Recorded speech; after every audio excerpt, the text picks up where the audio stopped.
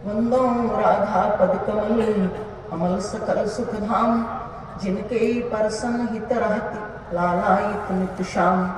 जयति श्याम स्वामी परम निर्मल रस की खान, जिन पद बल बल जात नित माधव प्रेम निधान। जय जय राधा राशेश्वरी रासवासिनी रसिकेश्वरी, कृष्ण प्राणाधिका नित्य जय जय।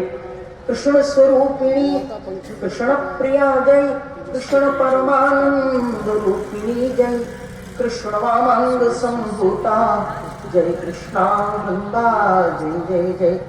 वृंदावनी जयति जय, वृंदा वृंदावन विनोदिनी नाशिनी काली जय जय, काल विनाशिनी काली जय जय।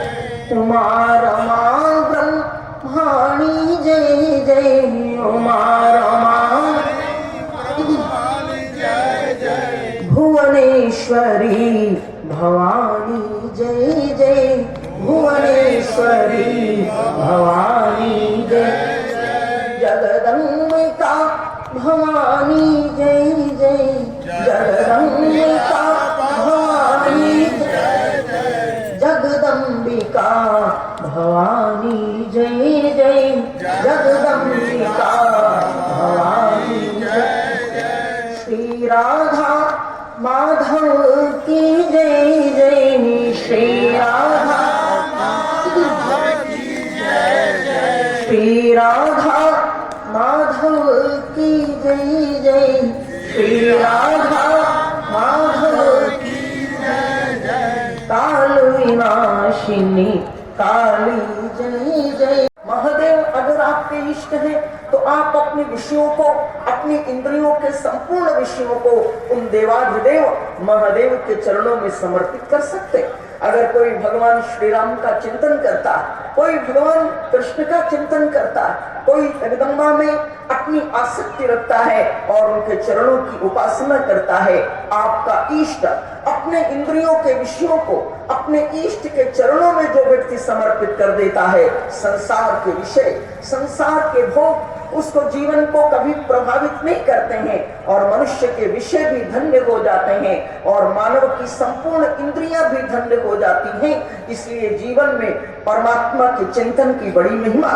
महादेव उसको कहते हैं जो संपूर्ण संसार के गरल का पान करता, जो संपूर्ण संसार के विषय का पान करता, संपूर्ण संसार के विष को जो अपने अंतर में अंतर समाहित करता, जो गरल कंठ हो जाता हो, जो नील कंठ हो जाता हो, जो देवों में महादेव है, जो संपूर्ण संसार को अमृतत्व प्रदान करता हो, अमृत प्रदान करता हो, उसे महादेव के नाम से संबोधित किया जाता।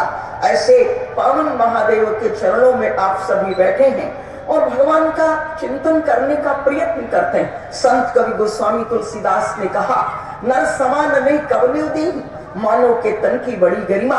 मनुष्य का जीवन बड़े वेग से परमात्मा की ओर बढ़ने का यत्न करता। संत कवि गोस्वामी तुलसीदास ने कहा, अस्विचारे हरि भगत सयाने, मुक्ति निराधार भगत लोभाने। जो उत्तम कोटि का साधक होता है वो मोक्ष की कल्पना तक नहीं करता, वो मुक्ति की कामना तक नहीं करता। श्रीमद् भगवत गीता के अंतिम उपदेश में भगवान श्री कृष्ण ने अर्जुन के सामने मोक्ष का प्रलोभन रखा, मुक्ति का प्रलोभन उपस्थित किया और अर्जुन से कहा, सर्वधर्मान परित्यज्य मामेकम शरणं व्रज, अहं त्वा सर्व पापेभ्यो मोक्षयिष्यामि मा शुचा। अर्जुन, तुम संसार के संपूर्ण धर्मों का परित्याग कर लो और मेरे चरणों का आश्रय ग्रहण कर लो, मेरे चरणों का अवलंबन ग्रहण कर लो। तो भगवान श्री कृष्ण से अर्जुन ने कहा, मुझे लाभ क्या होगा? तो भगवान ने कहा, मोक्षयिष्यामि मा शुचा, मैं तुम्हें मुक्ति प्रदान कर दूंगा, मैं तुम्हें मोक्ष प्रदान कर दूंगा। लेकिन भगवत भक्त तो मोक्ष की कल्पना ही नहीं करता, वो तो मुक्ति की कामना ही नहीं करता। अस्विचार हरि भगत सयानी, मुक्ति निरादर भगत लोभानी।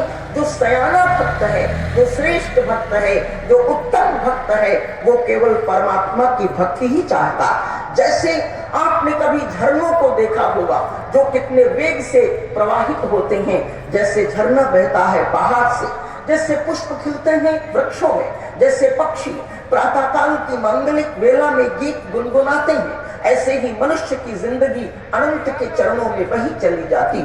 उसके प्राणों में अहंकार की बदलियां कहा, विषाद का धुआं, वेदना की कांटे, वासना की सड़न, पीड़ा की ऐठन, इन सब से परे वह निर्मल दर्पण की तरह प्रभु का प्रतिबिंब ही ग्रहण करता है। परम शांति में उतर जाना ही उसकी नियति है।